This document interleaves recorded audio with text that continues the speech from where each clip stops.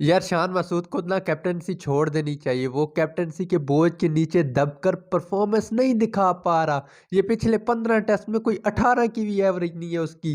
क्यों? क्योंकि ये कप्तानी के बोझ के नीचे दबा हुआ है। हफीज साहब जो हमारे गए हैं उनकी बिया बीवी भी साथ है, तो उनको भी थोड़ा रिलैक्स होना चाहिए। वो बोझ की वजह से अपना आउटपुट नहीं दे पा रहे।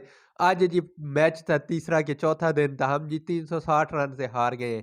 जब हम यहाँ से गए थे ना, हमने बड़ी-बड़ी बातें की थी, ये कर देंगे, वो कर देंगे, हालात वही हुए हैं।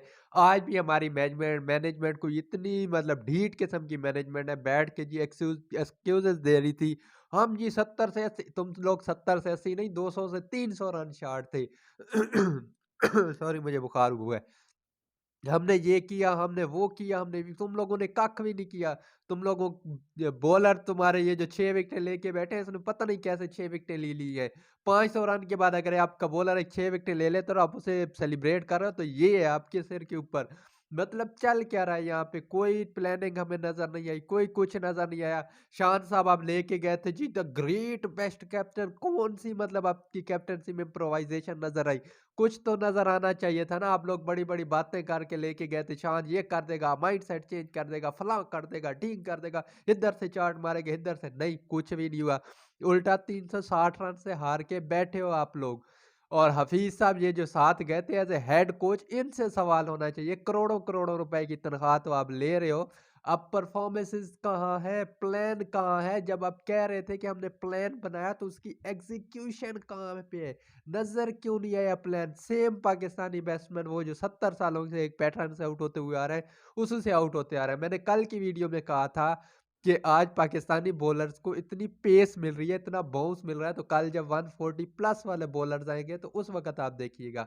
आपने उसके लिए क्या किया? कुछ भी नहीं किया। उठा के जी फलाँ को भेज दो, फलाँ को। कल इमामुल हक पे आप लोग तनकीद कर रहे थे, कल शुक्र करें इमामुल हक खड़ा हो गया और उसने 63 रन बना दिए।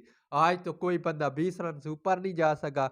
360 रन से आप हार के बैठे हो। आप जाते क्यों हो ऑस्ट्रेलिया? आपको कहा किसने आप ऑस्ट्रेलिया मुँह उठा के चले जाओ और वहाँ पे जी हम जीत के आएँगे, जीत के आएँगे। जब तक तुम लोग ऐसे ही ज़लील-ओ-ख्वार होते रहोगे, जब तक मेरिट को तरजीह नहीं दोगे। इस मैच में राणा फ़हीम अशरफ क्या कर रहा था? पूरे मैच में राणा फ़हीम अशरफ ने क्या किया? कोई एक खार करके उसने दिखाई हो फ़हीम अशरफ ने पूरे मैच में कोई एक परफ़ॉर्मेंसेज़ दिखाई हो, मुझे बताएँ।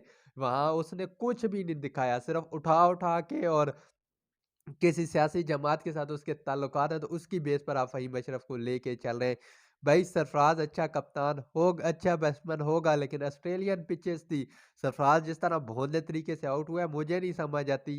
अब रिज़वान के भी यही हालात हैं, अगले मैच में आप रिज़वान को खिला लेना, उसके भी यही हालात होंगे। आपके पास तो प्रोडक्ट ही नहीं है, आपके पास तो प्लेयर ही नहीं है जो इन कंडीशन में सर्वाइव कर सके। मसला किसका है? मसला आप लोगों का भी नहीं है, मसला ये जो सिस्टम का है, जिसके थ्रू ये वहाब रियाज़ और ये जो हमारे पास शान मसूद और इन जैसे लोग आए हुए हैं, तो आपने प्लेयर डेवलप ही नहीं किए। आप ये भी नहीं किया, आपने कुछ किया ही नहीं। आप इधर आए हो, फैमिलियाँ साथ ले आए हो, हनीमून मना रहे हो, कोई इधर जा रहा है, कोई इधर जा रहा है। हनीमून मनाओ चुप करके, क्या क्रिकेट खेल रहे हो? तुम्हें पता ही है हमें हार के आना है, तो ज़्यादा क्यों इतना मतलब औखे हो रहे हो और एक्सप्लेनेशंस दे रहे हो, हमने ये कर लिया, वो कर लिया।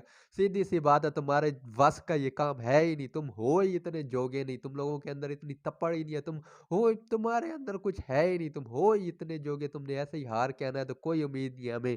ये जो आधा महीना और रह गया ना, उधर जाके हनीमून मनाओ, फैमिलियों के साथ घूमो फिरो। 18-18 फैमिलियाँ साथ लेके गए, इतने बंदे साथ लेके गए, तो मज़े करो, इश्क ऐश ऐश करो, ऐश ऐश। और कुछ नहीं है तुम्हारे पास, और तुम्हारे पल्ले है ही कुछ नहीं, तुम लोगों ने हारना ही है। अगले में 460 से हार जाना, ठीक है ना? आ गई समझ, ऐश मारो ऐश, शाबाश।